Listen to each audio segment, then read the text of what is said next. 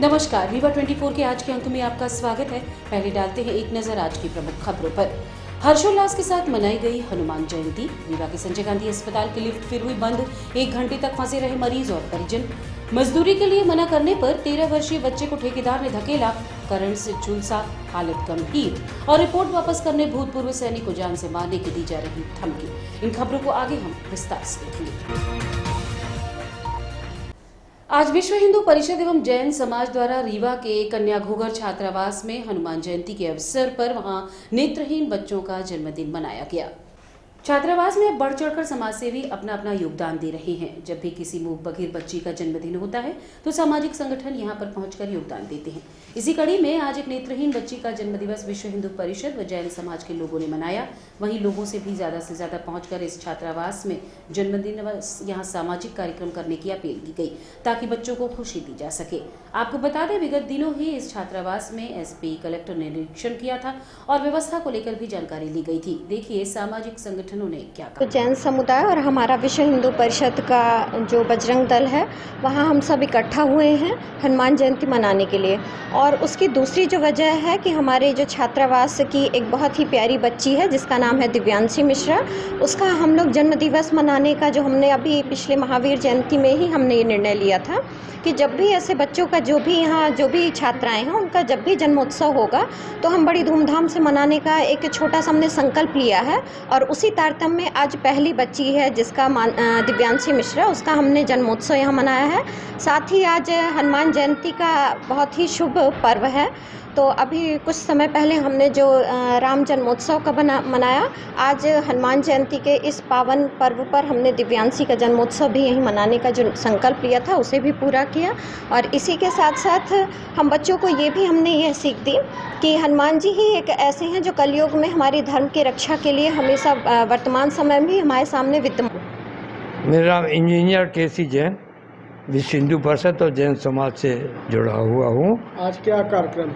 आज ये जो है विश्व हिंदू परिषद की जो समरसता है सामाजिक, वो और प्रमुख जो है जिन्होंने आयोजन किया, श्री दिनेश कुमार जी जैन, उन्होंने, लाला जी का क्या नाम है? अंकित पाटनी। श्री अंकित पाटनी जी, जो उनके हम लोगों के दामाद हैं, आए हुए हैं पूना से। तो उसके उपलक्ष्य में ये था कि हम लोग कुछ ना कुछ, अभी महावीर जयंती हुई है परसों, तो कुछ दान वगैरह करें, समाज में कुछ हम लोग जुड़ें। उसके लिहाज से हमारे दिनेश भाई के मन में और पैदा हुआ कि यहाँ पिछले परसों भी हम लोग कार्यक्रम किया था। इन छोटी छोटी बच्चियों को देख के, जो कि मूक बधिर हैं और 5 बच्चियाँ नेत्रहीन हैं, तो उनको देख के बड़ी करुणा उत्पन्न होती है कि ये छोटे छोटे बच्चे किसी के घर के होंगे, किसी के बच्चियां होंगे, उनका भी मन में उद्गार होगा। तो हम लोगों को इनके विचार हुआ कि जिस बच्ची का भी जन्मदिन हो उसका अपन जन्मदिन सबके साथ सामूहिक मनाएं। तो आज ये दिव्यांशी का जो है क्या नाम है? दिव्यांशी मिश्रा जो है वो नेत्रहीन बेटी है। तो उसके साथ में हम लोगों ने आज ये मनाया। और यहाँ के जो स्टाफ है, वार्डन हैं, आप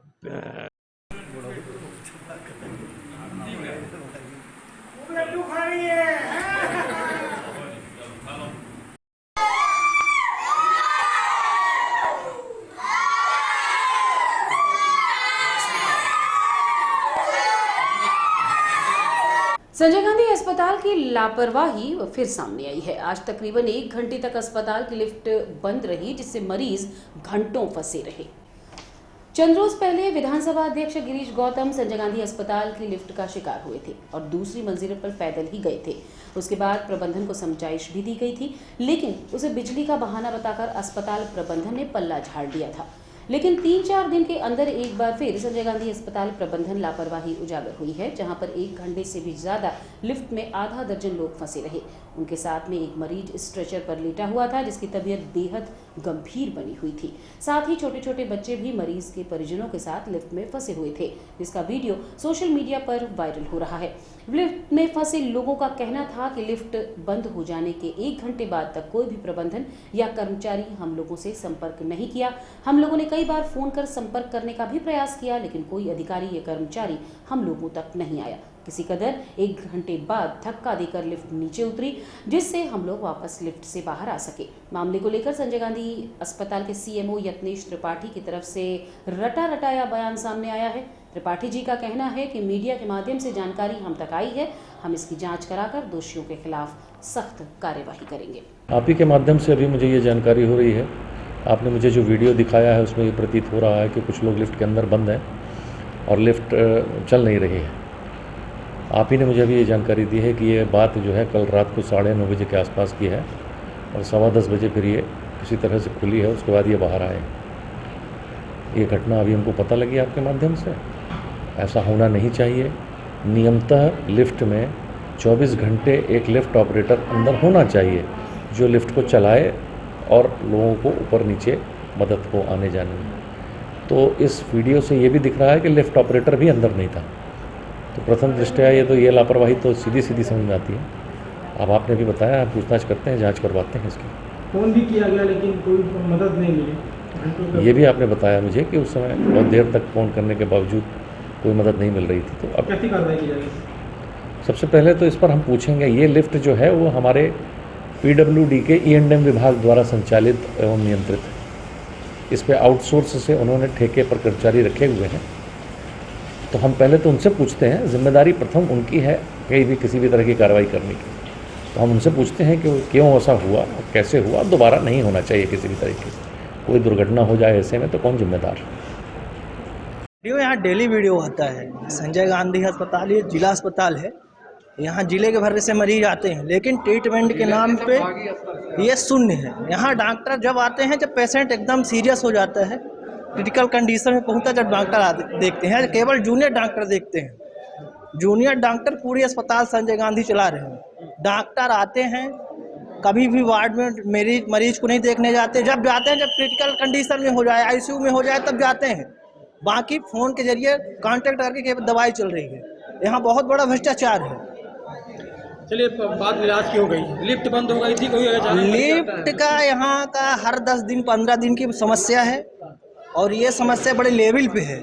इसकी कई बार मांग उठ चुकी है, इसका कोई समाधान आज तक अभी नहीं हुआ और ये समस्या बहुत बड़ी है। अगर कोई गंभीर मरीज आया, लिफ्ट के अंदर बंद हो गया, सामान्य सी बात है। गंभीर मरीज आए, लिफ्ट का वेट करते रहे तो उसके प्राण निकल जाएंगे। क्या अपील करते हैं प्रशासन? मैं शासन प्रशासन से यही अपील करता हूं कि जिला के अस्पताल है, संभाग के लेवल के अस्पताल है, इसके गरिमा को बरकरार रखें। और यहाँ लिफ्ट और क्या कहा, डॉक्टर डेली हम लोग जब वहाँ से लिफ्ट से गए आने की कोशिश की तो बटन को क्लिक किया, जिसके कारण से सेकंड फ्लोर तक आने के बीच में ही लिफ्ट फंस गई। और हम लोग वहाँ घंटों तक कई प्रयास भी किया, कॉल भी किया, लेकिन पहले तो 4-5 कॉल का कोई रिस्पॉन्स ही नहीं मिला, मतलब इनके यहाँ के प्रबंधक द्वारा। फिर किसी तरह रिसीव भी किया तो उन्होंने बताया कि यहाँ काम चल रहा है, हम आपके गेट वोट को खुलवाने के प्रयास कर रहे हैं।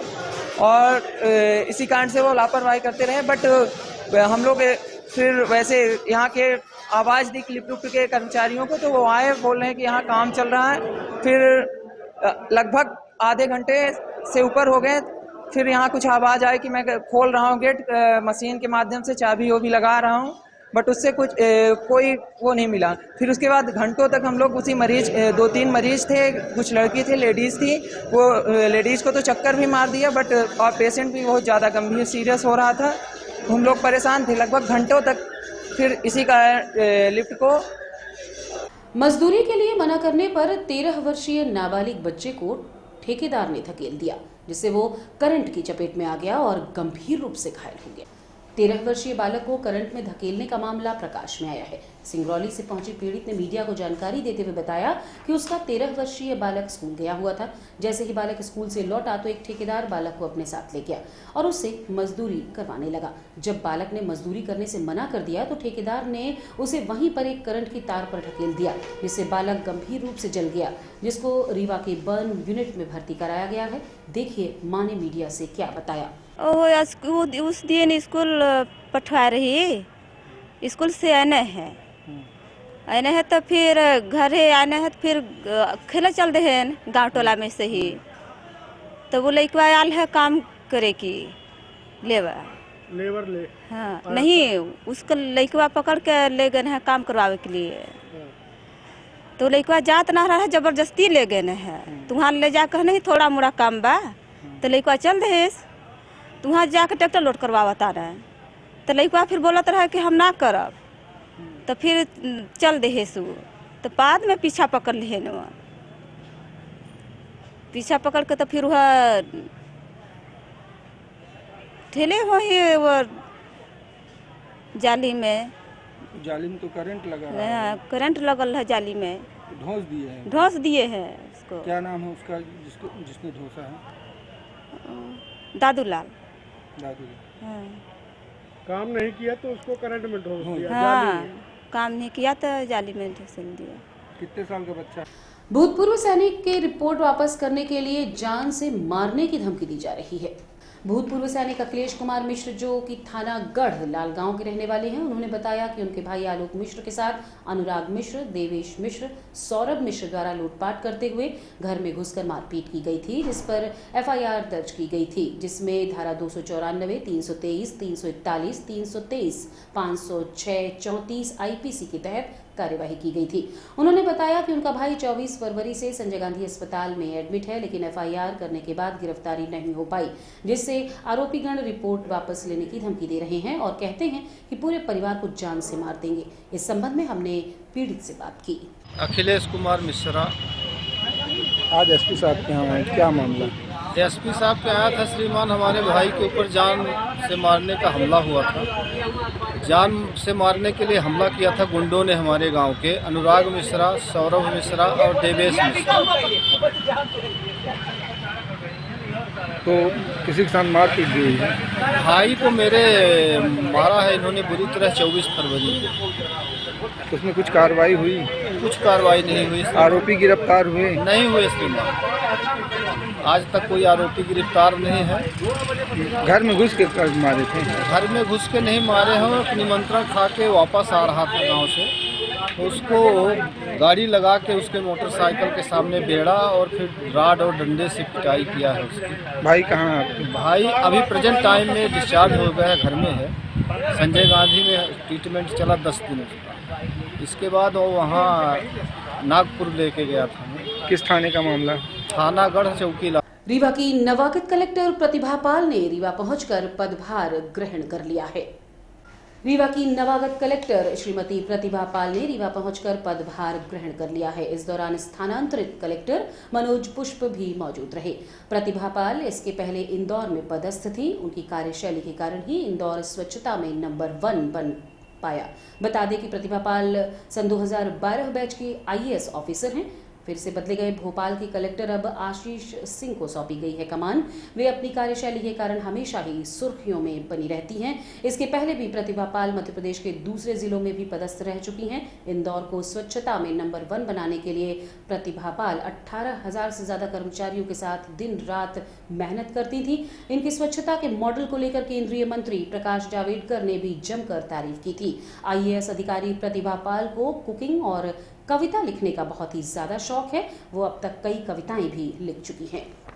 मैं इससे पहले इंदौर में नगर निगम कमिश्नर थी, 2012 बैच है मेरा, और वहाँ से पहले श्योपुर कलेक्टर, और उससे पहले रूरल डेवलपमेंट और अर्बन डेवलपमेंट के जो असाइनमेंट थे वो मैंने किए हुए हैं। बेंदे की तरफ ही मेरी दूसरी पोस्टिंग है। इससे पहले मैं सतना में म्यूनसिपल कमिश्नर रही हूँ। मैडम, आपने स्वच्छता को लेकर काफ़ी कुछ किया है, ऐसा पता चल रहा। रीवा में क्या रहेगी आपकी प्राथमिकता? देखिए, रीवा शहर की हम लोग बात करें, बहुत ही प्रोग्रेसिव टाउन है। लगातार पिछले 5-6 वर्षों से ये बात सभी रियलाइज़ कर रहे हैं कि लगातार रीवा शहर ने प्रोग्रेस की है। रीवा के म्युनिसिपल कॉरपोरेशन इसमें लगातार काम कर रहा है और जो स्वच्छ सर्वेक्षण होता है उसके टूल किट, उसमें जो व्यवस्थाएं फील्ड में रहती हैं उसको लेकर के भी नगर निगम कमिश्नर लगातार काम कर रहे हैं। तो मुझे पूरा भरोसा है कि आगे हम लोग और बेहतर करेंगे रीवा शहर में। इसके अलावा जो बाकी नगर पंचायतें हैं उनके लिए भी ये समान मैंडेट रहेगा कि स्वच्छ सर्वेक्षण को लेकर के वो अपनी तैयारियां शुरू करें और पिछले वर्षों में जो स्वच्छता में उन्होंने किया है उससे और बेहतर करें, क्योंकि ऐसी चीज़ है जो पहली ज़रूरत रहती है शहरी क्षेत्रों में। ग्रामीण क्षेत्रों में जो स्वच्छ भारत मिशन है उसमें लगातार लोगों ने इंडिविजुअल टॉयलेट्स बने हैं, सभी के ओपन डेफिकेशन फ्री पंचायतें हुई हैं, लेकिन आगे वो भी किस तरीके से सॉलिड वेस्ट मैनेजमेंट, बाकी सीवेज का मैनेजमेंट, इसमें आगे क्या काम करेंगे इसको लेकर भी सीओ जिला पंचायत अपनी तैयारी कर रहे हैं। देखिए, शासन की प्राथमिकताएं पूरे प्रदेश के लिए रहती हैं, प्रदेश के सभी जिलों के लिए रहती हैं, तो वो यहाँ भी रहेंगी। जो भी शासन की योजनाएं चल रही हैं उनमें ज़्यादा से ज़्यादा जो भी हितग्राही पात्र हैं उनको लाभ मिले, समय से लाभ मिले।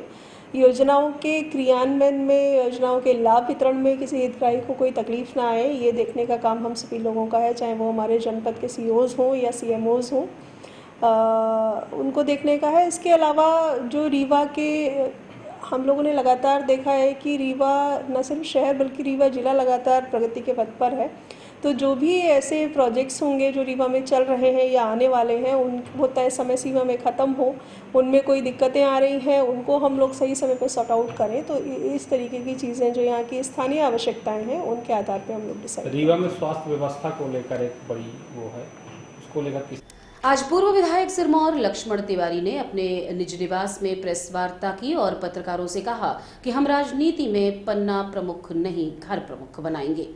बताया गया कि सिरमौर विधानसभा क्षेत्र जो दशकों से विकास की राशि पर चढ़ता गया है, पानी का संकट, बिजली का संकट, क्षेत्रीय दलों की विभिन्न समस्याएं जो बरसों से जनता की प्राथमिकता में होनी चाहिए, उन्हें शासन प्रशासन व निर्वाचित जनप्रतिनिधि ने अनदेखी किया। सिरमौर से डभौरा मार्ग में बरदहा घाटी में टनल निर्माण पूरा हो जाने पर जहां घाटी में अधिक समय लगता है वहीं लूट और एक्सीडेंट होना बंद हो जाएगा।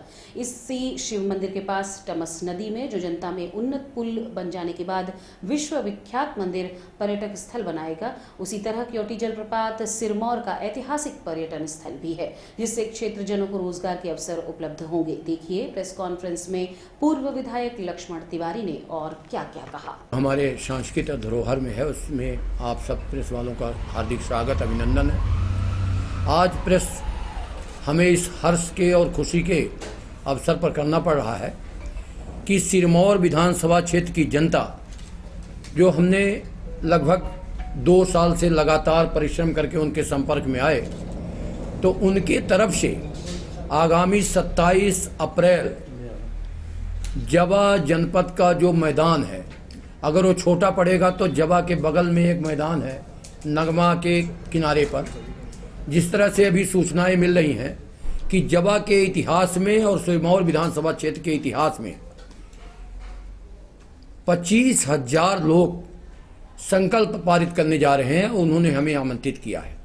ये भी जिम्मेदारी दिया है कि आपके माध्यम से सम्मानीय पत्रकार बंधुओं को जन जागरण करते हुए जन सामान्य को ये सूचना चली जाए कि हम 25,000 लोग अपने भाड़े किराया खर्चा से इकट्ठा होकर, एकत्रित होकर हम इस बात का संकल्प लेंगे कि सिरमौर विधानसभा क्षेत्र जो विगत 15 वर्ष से जिसमें ग्रहण लगा हुआ है, विकास की राह ही नहीं देख पा रहा है और कहीं न कहीं एक तरीके से ना कोई वहाँ कोई विकास का अलग से कोई प्रस्ताव है, जबकि हमारे यहाँ एक पहाड़ की दूरी से नीचे ऊपर घाट नीचे का मामला आ जाता है। इसको सामान्य करने के लिए जिसकी लागत लग सकती है, पर 1.5 मिनट में हम नीचे पटेहरा से सिरमौर आ जाएंगे टनल के माध्यम से। जिस तरह से चौराहट का ये टनल बना है, चौराहट का टनल तो उपयोगिता है कि आप सिंगरौली जाएंगे और आगे जाएंगे, और इस टनल बन जाने से आप प्रयागराज जाएंगे सीधे, आप सीधे कानपुर जाएंगे, आप सीधे मानिकपुर जाएंगे, आप सीधे डभौरा जाएंगे, आप सीधे इस इलाके को उत्तर भारत की तरफ आप इस टनल के बन जाने से, रोड बन जाने से, क्योंकि ये बड़ी सारगर्भित रोड है लोगों के जन कल्याण के लिए, इसलिए एक टनल बनाने का संकल्प रहेगा। दूसरा संकल्प रहेगा इस रीवा जिले में नहीं, विश्व के धरोहर में हजार लिंगी, अगर आपने नाम न सुना हो, हजार लिंगी एक स्थान है जहाँ शंकर भगवान हजार लिंगी हैं। उसका दर्शन करने मात्र से, मगर नहीं किस कारणों से वो अभी पेंडेंसी में है, उसको हम जोन्हा से लेके एक जगह है मेन रोड से जोड़ते हुए एक ऐसा धार्मिक स्थल बनाएंगे जिसका दर्शन करने न केवल भारत के लोग बल्कि विदेशों में इसकी चर्चा हो जाए तो वो एक पर्यटन स्थल हो जाएगा। आज हनुमान जयंती है। हनुमान जी के कई नाम हैं, लेकिन रीवा में बजरंगबली के मंदिर हैं जिन्हें हाई कोर्ट और सुप्रीम कोर्ट की संज्ञा दी गई है। क्या है हाई कोर्ट और सुप्रीम कोर्ट, आइए आपको बताते हैं। मान्यता है कि बजरंगबली अमर हैं, वो आज भी जीवित हैं और इसे जयंती न कहकर हम बजरंगबली का जन्म दिवस भी कह सकते हैं। कहते हैं कि कलयुग के देवता बजरंगबली न्यायाधीश की तरह अपने भक्तों की समस्याएं सुनते हैं और उनके कष्टों को दूर करते हैं। वहां बाकायदा भगवान की अदालत चलती है। ये बात सुनने में अजीब अवश्य लग रही है, पर पूरी तरह सत्य है। ऐसी मानता है कि रीवा में सिविल कोर्ट, हाई कोर्ट व सुप्रीम कोर्ट के न्यायाधीश खुद बजरंगबली हैं। आपको बता दें कि हनुमान जयंती का पर्व 6 अप्रैल यानी आज चैत्र मास की पूर्णिमा तिथि को मनाया जा रहा है। ऐसा कहा जाता है कि इस दिन हनुमान जी की पूजा और उपाय करने से हनुमान जी प्रसन्न होते हैं और आरोग्य जीवन का वरदान देते हैं। आपको ये भी बता दें कि हनुमान जी चिरंजीवी हैं, मतलब त्रेता युग से अभी तक जीवित हैं और श्री राम का जाप कर रहे हैं। हनुमान जी को कलयुग में सबसे प्रभावशाली देवताओं में से एक माना जाता है। ये राम सागर मंदिर है। 3 मंदिरों की स्थापना एक साथ हुई थी, तिरहुला, राम सागर और खेम सागर, जो लोही में पड़ता है खेम सागर। और मान्यताएं हैं कि 3 जो पुराने लोगों की मान्यताएं थी कि 3 मंदिर है और 3 कोर्ट न्यायालय के हिसाब से वो समझते थे। तीनों कोर्ट जो रीवा सदन कोर्ट और ये हाई कोर्ट और खेम सागर सुप्रीम कोर्ट माना जाता है कि जो भी अर्जी लगेगी यहाँ पूर्ण होती है। रीवा में ये 3 हनुमान मंदिर जो हैं ये अलग अलग स्तर की सिद्धियों और अलग अलग जन समस्या के समाधान के हिसाब से बने थे। इनको बड़ी आम भाषा में आजकल के लोगों के हिसाब से तीनों को तीनों कोर्ट के दर्जे दिए गए थे। एक को चिरौलानाथ मंदिर को लोअर कोर्ट या सेशन कोर्ट मान लीजिए, राम सागर मंदिर को हाई कोर्ट कहा जाता था और ये खेम सागर मंदिर को सुप्रीम कोर्ट का दर्जा था। ये मान्यता थी, इनमें जो स्थापत्य था ये बहुत प्राचीन मंदिर है, लगभग 300 साल से 500 साल के बीच में इनकी उम्र होनी चाहिए, अभी मैं एग्जैक्टली नहीं कह सकता। तो इसमें अलग अलग जो दिक्कतें इंसान को आती हैं इवन मानसिक से लेकर के, तो इनका स्थापत्य ऐसा था कि एक फर्दर कोर्ट्स जैसी थी। तीनों बड़े तालाबों के बाजू में बनाई गई थी। अब पूरे तालाब आज वर्तमान में इनक्रोज हैं। एक खेम सागर में तो पटवारी ट्रेनिंग इंस्टीट्यूट बिल्कुल तालाब के सबमर्जेंस में बना दिया गया है। रीवा में 3 मंदिर है हनुमान जी की, कौन कौन सा दर्जा प्राप्त है, कौन कौन सी कोर्ट के नाम से जाना जाता है? जिले में अपने 3 मंदिर हनुमान जी स्थापित है और यहाँ पे पहली मंदिर पड़ती है आपकी चिरहुलानाथ मंदिर, जिसे जिला कोर्ट का नाम दिया गया है। यहाँ से फिर 1 किलोमीटर आगे में खेम सागर मंदिर है, जिसे हम लोग सुप्रीम कोर्ट के नाम से जानते हैं, और फिर उसके आगे खेम सागर मंदिर है, जिसे हम लोग हाई कोर्ट के नाम से जानते हैं। और ये तीनों मंदिरों की स्थापना आज से 500 वर्ष पहले हुई थी। महाराजा वेंकट रमन सिंह की जमाने की ये मंदिरें हैं। तीनों के जो हनुमान जी हैं अपने पूर्वमुखी हैं, तीनों मंदिरों के हनुमान जी अपने।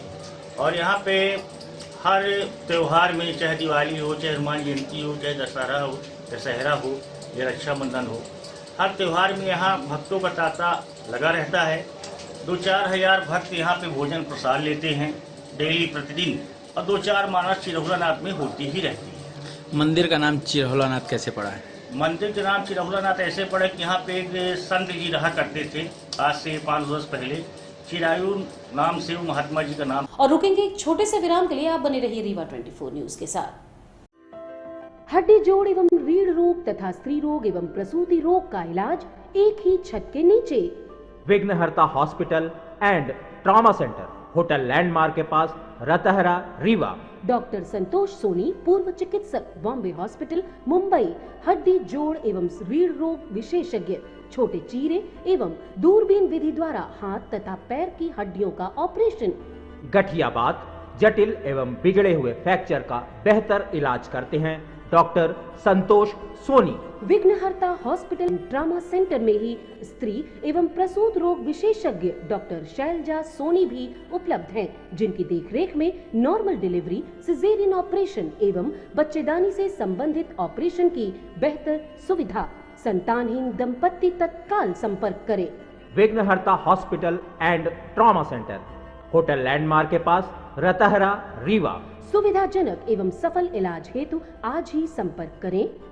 विघ्नहर्ता hospital and trauma centre, hotel landmark के पास, रतहरा, रीवा। मोबाइल नंबर 7828781983 अथवा 8462956774 पर।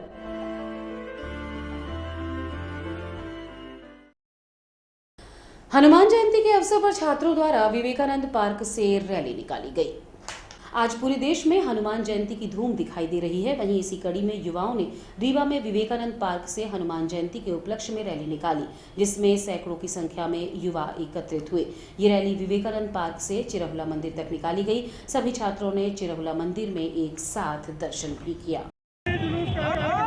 ये रैली जुलूस आज हनुमान जयंती के उपलक्ष्य में सभी जितने भी हिंदू संगठन के लोग हैं, सभी लोग आज एकत्रित हुए हैं। हनुमान जी की रैली निकाले। हम लोग यहाँ से निकल करके चिरहुला जाएंगे हम लोग दर्शन करने। जय जय सिया राम।